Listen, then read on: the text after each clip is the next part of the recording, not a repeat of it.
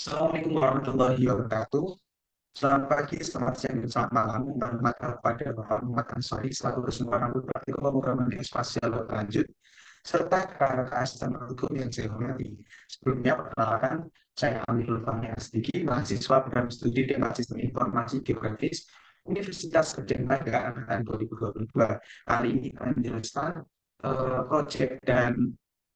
proyek pada praktikum pemrograman spasial berlanjut antara tentang mengenai API Geodesic Services. Nah, di sini saya akan meneruskan proyek yang telah saya buat pada acara sebelumnya, pada acara ke-345, yang dimana kita akan menambahkan fitur point, polyline, dan polygon pada framework Laravel dengan penulisan source code-nya.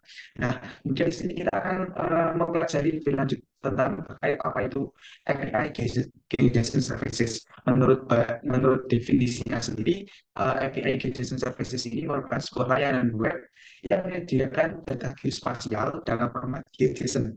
Nah, GeoJSON sendiri merupakan sebuah format standar open source untuk menyajikan data geospasial terstruktur menggunakan notasi JavaScript Object Action atau yang kita sering kenal dengan JSON. Nah, API yang dimaksud pada JSON tersebut memungkinkan sebuah website untuk mengakses dan memanipulasi data geospasial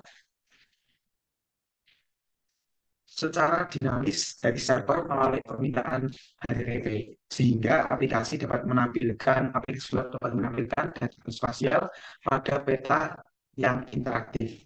Nah, mungkin di sini sudah saya tampilkan pada layar, di mana terdapat tampilan file dari point controller. Nah, kita mulai dari pengubahan script pada point controller. Sebelumnya kita telah mengatur di bagian store untuk menyimpan poin yang telah kita lakukan ke dalam database. Sedangkan di sini telah tertampil script tersebut memiliki nama index yang kemungkinan besar merupakan bagian dari sebuah controller di Laravel.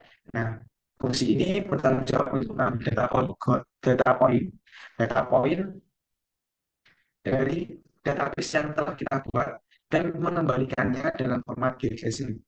Nah, pertama, fungsi ini mengambil semua data point dari properti this point. Nah, kemudian eh, poin tersebut hasilnya yaitu merupakan kumpulan dari objek-objek poin.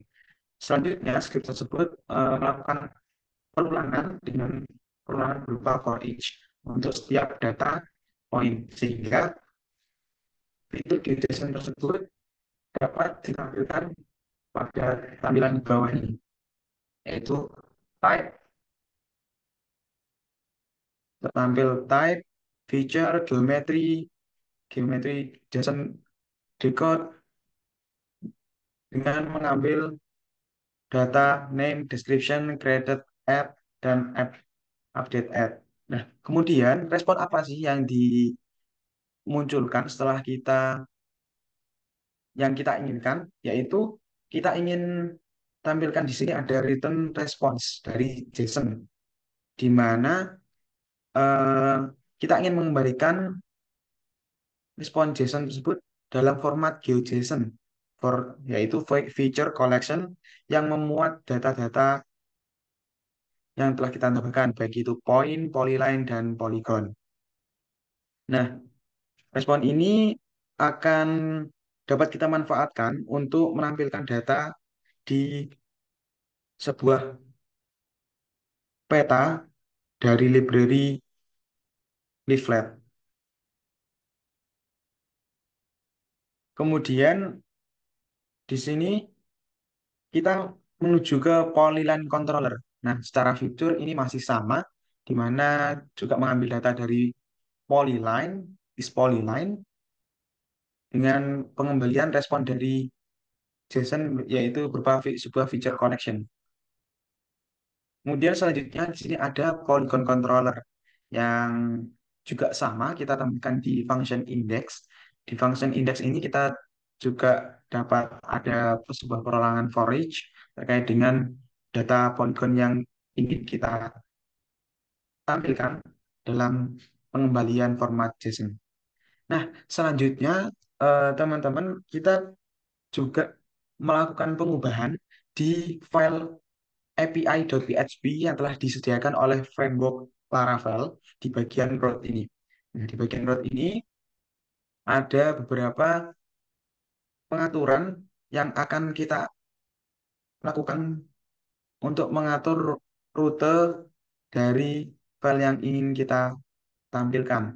Nah, pada awalnya di sini kita mengimpor beberapa controller yang berhubungan, yaitu terdapat point controller, polygon controller, dan polyline controller.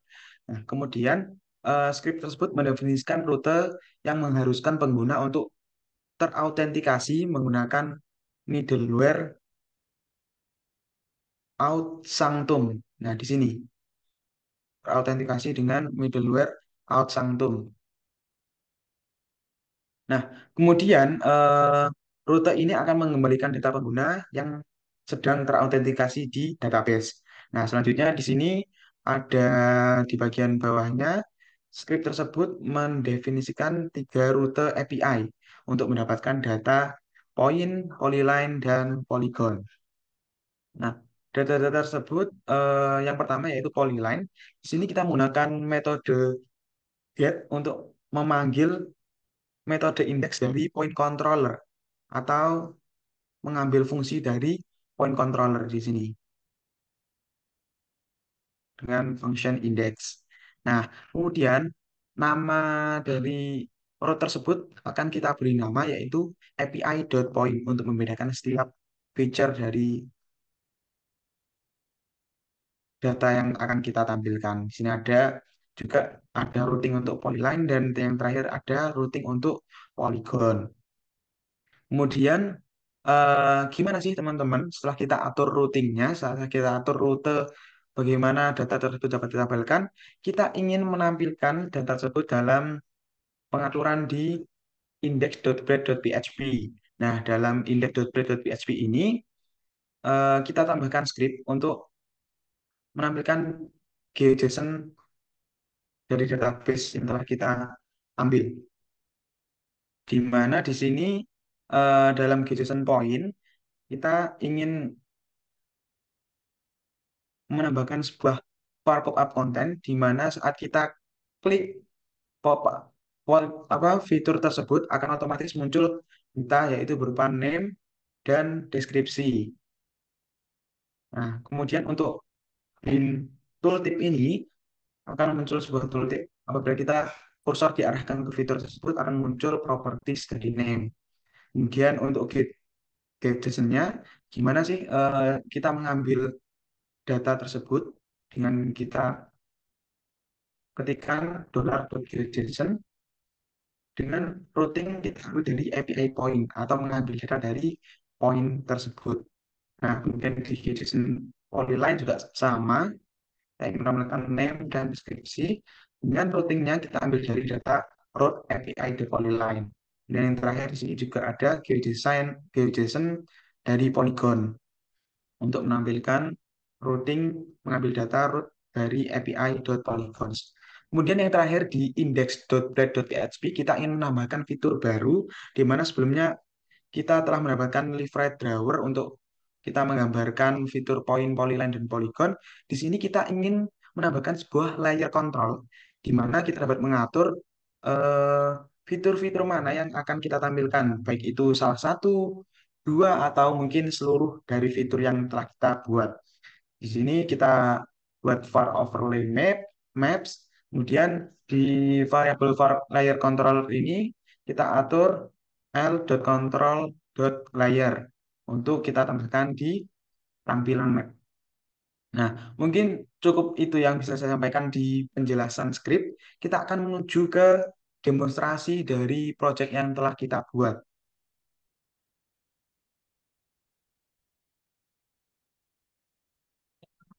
Di sini bisa untuk melihat bahwasanya kita ingin melihat pemanggilan data yang telah kita atur di bagian function index. Di tiap-tiap controller di sini disangka ada poin. Nah, muncul sebuah feature correction kayak data-data ingin kita ambilkan dari database-nya. Dan ada polyline juga sama, nah seperti ini. Nah, mungkin lanjut ke bagian peta yang telah kita buat di sini. Oke. Nah, di sini sudah tertampil. Kalau sebelumnya kita hanya bisa melihat di bagian database, kita dapat melihat secara langsung fitur yang telah kita tambahkan di layer map kita. Nah, di sini tampil, nah ini akan muncul tooltip dengan data nama saja.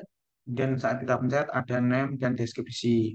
Di sini ada fitur titik, di sini ada fitur garis, dan ada fitur polygon juga di sini.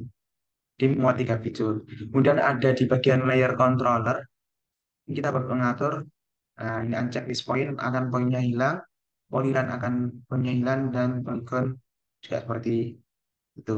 Coba kita tambahkan satu fitur lagi untuk membuktikan bahwasanya data yang kita tambahkan otomatis akan tertampil di geodesic-nya, ditampil di layer map-nya.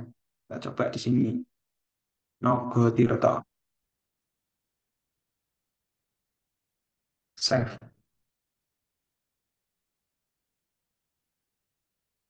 Nah, otomatis akan muncul sebuah poin baru bernama Nogo Tirto.